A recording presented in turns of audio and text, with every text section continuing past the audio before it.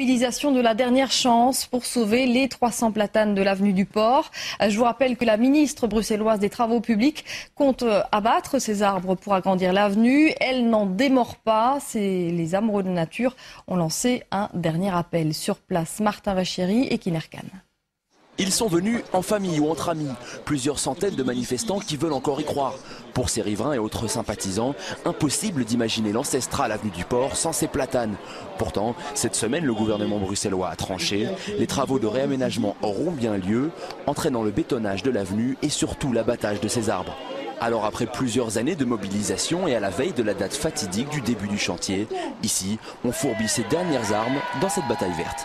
Je pense qu'ils aimeraient bien qu'on abandonne. Je pense qu'ils aimeraient bien qu'on soit cassé totalement et qu'on dise « bon ok les gars on a perdu ».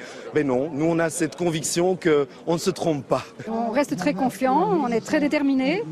Donc voilà, on a pris acte de la décision du gouvernement, mais ce n'est pas notre avis. Donc voilà, on continue. Car malgré le soutien affiché aux manifestants par des élus de plusieurs partis, le projet de la ministre bruxelloise des Travaux publics, Brigitte Grauwels, a finalement été soutenu par la majorité.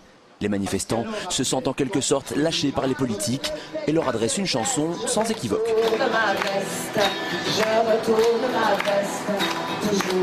La décision du gouvernement bruxellois surprend et déçoit les riverains.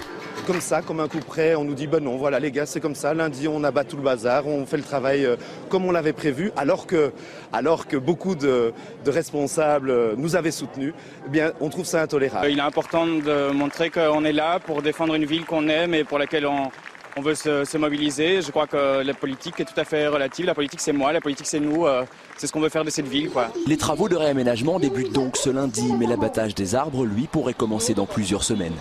D'ici là, les riverains promettent de se mobiliser à nouveau, quitte à s'attacher aux platanes pour défendre leurs espaces verts.